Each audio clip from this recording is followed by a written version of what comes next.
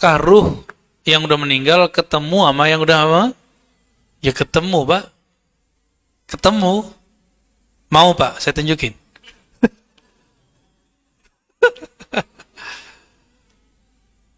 Tunggu aja, Pak. Nggak berapa lama lagi.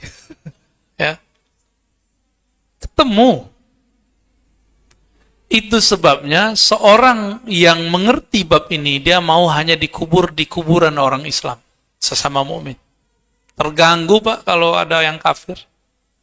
Kan disiksa terus, kan kedengeran terus tetangga dia. Au, gitu. Aduh, gak kuat kita, gak kuat. Dengerin orang disiksa, gak kuat. Maka kadang-kadang kita diminta, ditidurkan kalau dikubur ntar. Dan semua itu dijawab oleh Ibnu Qayyim dalam kitab Ar-Ruh. Bapak wajib baca kitab itu. Beli, Pak, habis ini ya. Kalau bisa baca Arabnya, kalau nggak terjemahannya. Online sudah ada, Pak. Tanya sama anak sama cucunya ya. Beli nih kitab Ar-Ruh nih. Ini modal masuk kubur itu. Bapak kalau ngerti ilmu Ar-Ruh di kitab Ibnu Qayyim, itu bisa nego nanti ya di alam kubur. Dulu waktu dunia pernah belajar ini nih. Masa sekarang nggak boleh? Nanti kasih sama Allah ntar. Ya. Insya Allah ya. Yang kedua, bisakah orang yang sudah meninggal ketemu orang yang hidup? Dijawab oleh Ibnu Qayyim dengan kisah yang banyak sekali dan riwayat yang banyak sekali. Bisa. Saya kasih Bapak satu hadis saja. Di riwayat Bukhari. Nabi Musa udah mati belum? Udah mati. Ketemu Nabi Muhammad nggak? Dilihat Nabi Muhammad nggak lagi sholat di kuburnya? Semua para nabi udah meninggal, benar. Ketika sholat di Masjidil Aqsa, semuanya hadir. Nabi Adam udah meninggal. Dia lahir pertama ketemu sama Nabi. Itu dalil terkuat bahwa ruh orang meninggal bisa ditemui oleh yang hidup. Yang hidup bisa menemui mereka. Yang mati pun jika dia wali, jika dia Nabi bisa mendatangi. Itulah yang dibaca di Barzanji. Aminah, ibunda Nabi SAW, hampir tiap malam mimpi didatangi oleh Nabi Adam, Nabi Nuh, Nabi Ibrahim. Itu orang meninggal datangin orang yang masih hidup. Dan saya yakin yang hadir ini ada yang mimpi ketemu orang tuanya atau kakeknya atau gurunya sudah meninggal. Benar. Ntar malam Bapak bisa ketemu, Pak, kalau niatnya benar. Bacain Fatihah. Bacakan kepada ayahandaku Fulan bin Fulan Al-Fatihah 7 kali. Kalau Bapak tulus, insya Allah ketemu. Kalau Bapak tulus. Dan yakin. Nah, masalahnya yakin ini. Dia udah datang, tapi bapaknya nggak tahu. Seringnya begitu. Malah kabur. Hantu datang gitu. Bapaknya disebut hantu kan. Ibnu Qayyim menukil kisah-kisah yang terjadi di zamannya dan zaman sebelum dia. Dan sampai zaman ini saya melihat, mendengar kejadian serupa terjadi. Kejadian lagi. Cuma kita nggak boleh sebutkan. Ya. Dan itu bukan korin, bukan jin.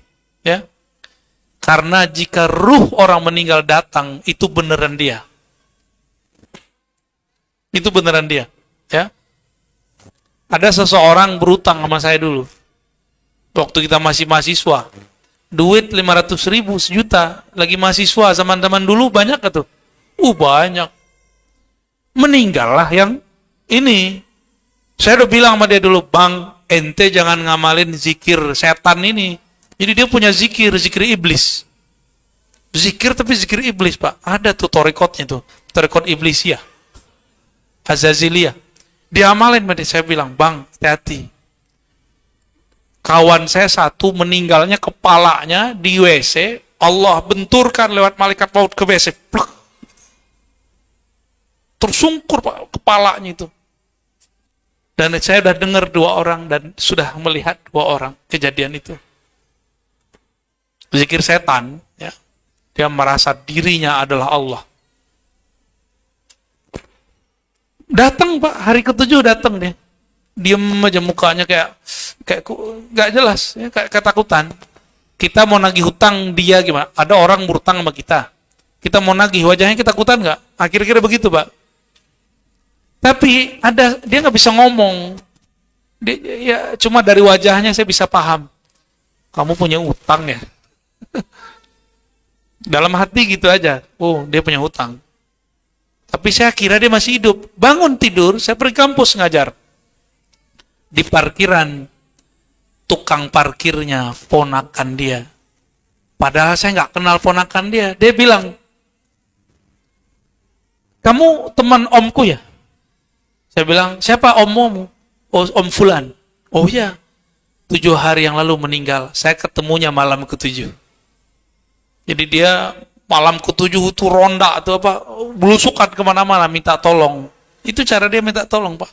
Maka langsung saya terdiam, saya mengatakan, ya Rob, aku bebaskan hutangnya saat ini juga. Kasihan dia. Itu kejadian, Pak. Asli itu. Ya. Karena orang yang berutang jika tidak ada yang jamin, dia ngatung di sono. Nggak ada yang jamin. Nabi nggak sanggup nyolatkan orang itu, ya. Karena Nabi biasanya nyari dulu, ada yang jamin nggak gitu. Jadi yang punya utang, kalau nggak ada asuransinya, mati gimana, Pak? Ya, segera bayar. Kalau rumah kredit kan, kalau meninggal langsung asuransi dari bank. Kalau nggak gimana tuh? Ya. Jadi ada orang yang udah meninggal menemui orang yang mati. Sama sebaliknya orang yang meninggal nemuin mati. Sama, Pak, ya. Orang meninggal nemuin orang yang hidup. Ini powernya lagi kurang nih, Pak. Ya. Baru tidur 2 jam, Pak. Dari kemarin, ya. Ada juga orang hidup menemui orang yang meninggal. Ya. Itu Nabi Muhammad SAW kan nemuin nabi terdahulu. Ketemu semua nggak? Ketemu semua para nabi.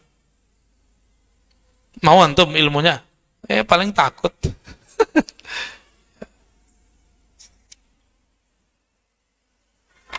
Yang ketiga tadi apa?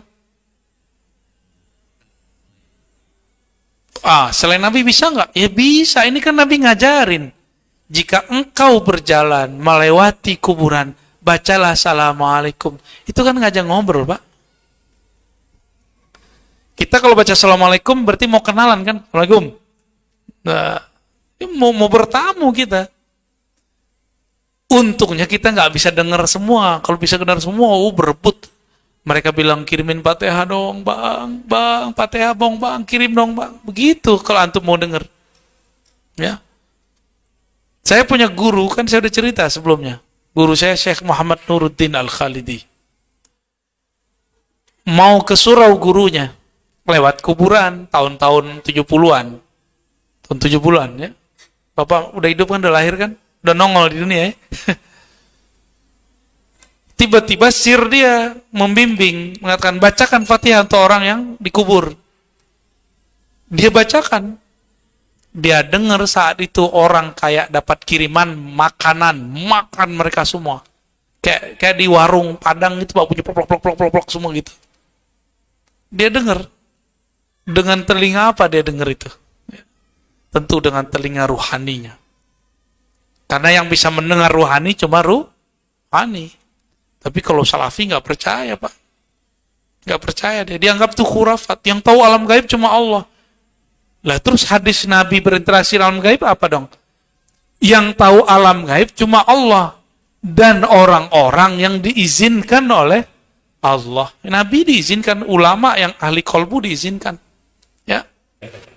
Langsung saja saya nanya. Ketika saya membaca surat 47 di ayat 4 akhir, di situ dikatakan bahwa Allah itu tidak kan bagi di jalan Allah. Kemudian saya lupa, ini saya baca aja. Allah itu memberi petunjuk kepada mereka dan memperbaikinya. Nah, saya memahaminya. Yang sebetulnya ini adalah terjadi pada mimpi saya ketika ketemu Buya. Saya terjaga, putus, maka pada kesempatan ini saya tampung. Ya. Baik. Kalau mimpi ketemu orang yang masih hidup, yang orangnya kita anggap baik, Bapak anggap saya, mungkin Bapak anggap saya baik, Pak. Alhamdulillah, saya ini banyak dosa, Pak. Ya. Nih, antum jangan nilai saya ini sempurna. Saya ini banyak dosa, dan saya tahu dosa saya sendiri. Ya. Tapi saya sadar saya punya dosa, maka saya minta ampun kepada Allah. Namun setiap kali minta ampun kepada Allah, itu nurnya nyebar-nyebar, Pak. Itu mungkin yang datang ke mimpi Bapak itu.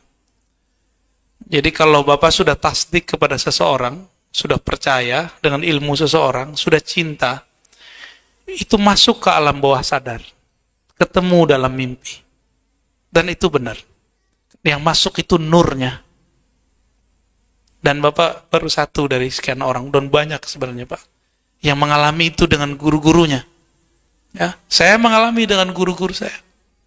Guru saya yang hidup ataupun sudah meninggal. Saya mengalami itu. Itu nur mereka, dan itu bukan setan. Ya. Cuma kalau ada kalam di situ tentang perintah zikir tertentu, jangan langsung diamalkan. Konfirmasi dulu sama yang masih hidup.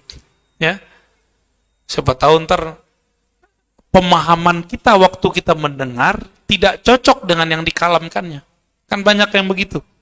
Ya, sebagian ulama kita menganggap bahwa tidak hanya nabi yang bisa yang tidak bisa diserupai oleh setan, wali juga. Cuma saya nggak sepakat. Wali juga bisa, Pak, diserupai oleh setan, apalagi ulama, apalagi orang kayak saya nih, yang nggak jelas nih ya. Kira-kira begitu, Pak. Sering-sering baca doa, baca Fatihah, ya. Oh, kalau tidur itu pakai wudu, ya. Dan Nabi mengatakan orang yang tidur dengan wudu, ruhnya Allah terbangkan ke alam malakut. Maka Bapak ketemulah sama orang yang Bapak sukai, Bapak cintai di situ, di antara ulama ataupun wali. Itu sebenarnya rahasianya ya. Hadisnya ada itu. Hadis Imam Ahmad seingat saya. Jadi orang kalau tidurnya dalam keadaan suci, itu ruhnya nggak ada yang menghambat, dia lepas. Tapi kalau antum tidur dalam keadaan membawa dosa, belum tobat, bawa kesel, habis tengkar sama suami istri gitu ya, tidur, itu ruh terpenjara, nggak bisa ngapa-ngapain Pak, dia tersiksa itu. Makanya sebelum tidur lepaskan semua, biar ruh kita terbang. Disitulah kita bisa ketemu wali-wali Allah. Ya, syukur-syukur ketemu Nabi Allah, Nabi Muhammad sallallahu alaihi wasallam. Ya.